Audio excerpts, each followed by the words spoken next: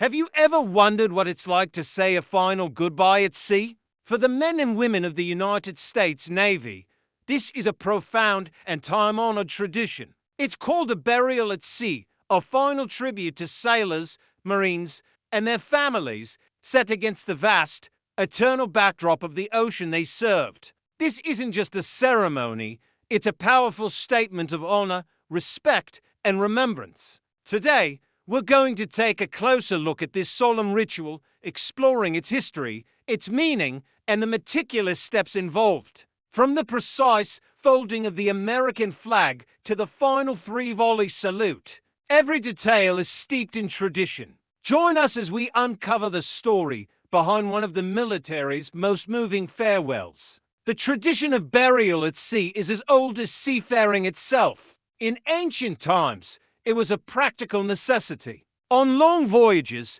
there was simply no way to preserve a body until reaching port. The sea became the natural final resting place for those who passed away far from home. Early maritime cultures, from the Vikings to the Polynesians, had their own rituals for committing their dead to the deep. For naval forces, this practice became formalized over centuries. The British Royal Navy, with its global presence, developed specific protocols, many of which were adopted and adapted by the young United States Navy. The ceremony was designed to be dignified and respectful, providing a sense of closure for the crew and honoring the deceased's service. So who is eligible for this unique honor?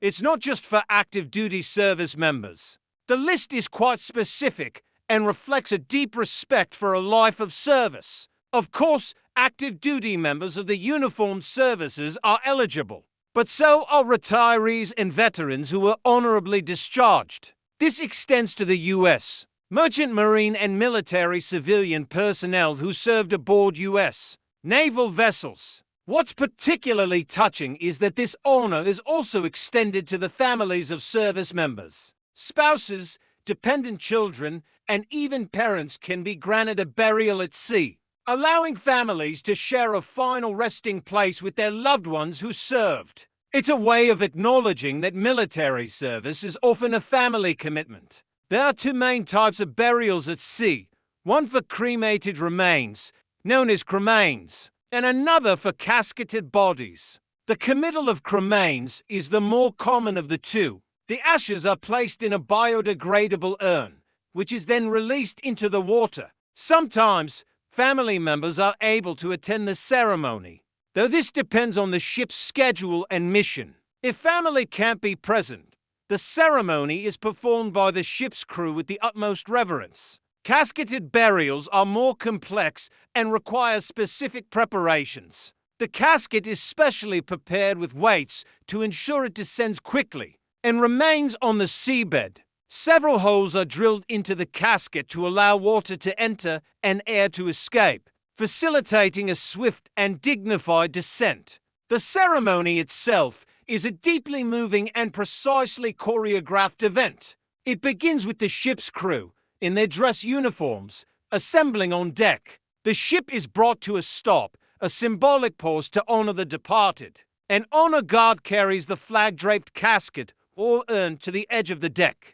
The ship's chaplain or a designated officer then leads the service, offering prayers and readings from religious texts. The committal service from the Book of Common Prayer is often used. With its poignant words, "Unto Almighty God we commend the soul of our brother departed, and we commit his body to the deep." These words, spoken over the sound of the waves, create a powerful and solemn atmosphere. Following the prayers, the firing party, typically composed of 7 service members, fires a 3-volley salute. This isn't a 21-gun salute, which is reserved for heads of state. The 3 volleys are an ancient battlefield tradition, originally used to signal a pause in fighting to clear the dead. Today, it serves as a sharp, poignant tribute, with the crack of the rifles echoing across the water. Immediately after the salute, a bugler plays taps. The mournful, 24-note melody is one of the most recognizable and emotional sounds in the military. A final, haunting lullaby that signals the end of the day and, in this context, the end of a life of service. The combination of the salute and taps is an incredibly emotional moment for everyone present. The most symbolic part of the ceremony is the committal itself. For a casketed burial, the casket is placed on a sliding board. At the command, the board is tilted and the flag-draped casket slides gracefully into the sea. The honor guard holds onto the flag, ensuring it doesn't touch the water. For cremains, the urn is gently lowered into the ocean, often accompanied by the casting of a floral wreath. As the casket or urn disappears beneath the waves, the ceremony reaches its emotional peak. There is a moment of silence, a collective breath held by the crew as they watch the ocean embrace one of their own. It's a final, irreversible act of letting go, a return to the element that defines so much of the service member's life. After the committal, the American flag that draped the casket or accompanied the urn is carefully and ceremoniously folded. This is a ritual in itself.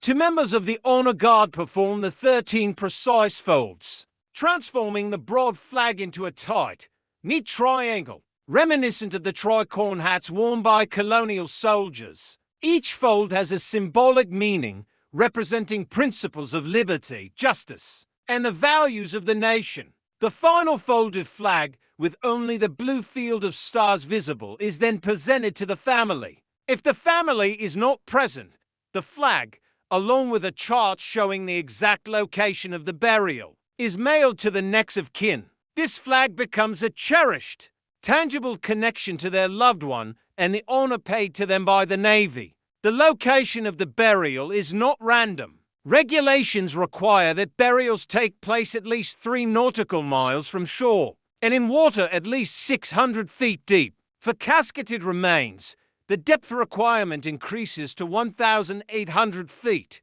This ensures that the remains are not disturbed and can rest peacefully on the ocean floor. The ship's navigator meticulously records the exact latitude and longitude of the committal site.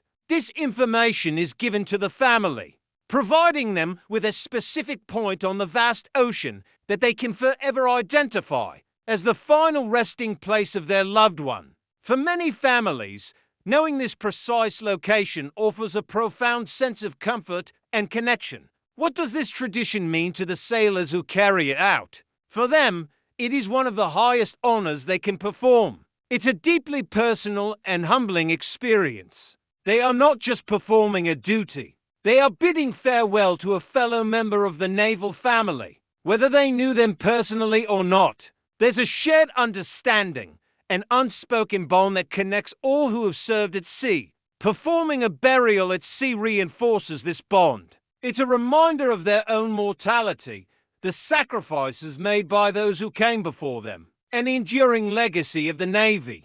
For the crew of a deployed ship, it's a moment of profound reflection amidst the high-pressure environment of their mission. In the end, a burial at sea is more than just a procedure. It is a story, a final chapter in a life dedicated to service. It's a promise kept by the Navy to care for its own, even in death. The vast, timeless ocean becomes a living memorial, a final resting place that is both immense and deeply personal. The waves that carry ships of war and commerce also cradle the brave souls who sailed upon them. It is a powerful, fitting, and honorable goodbye, a final salute from a grateful Navy to those who answered the call of the sea. Thank you for joining us on this journey into one of the military's most sacred traditions. If you found this story meaningful, please like, share, and subscribe for more.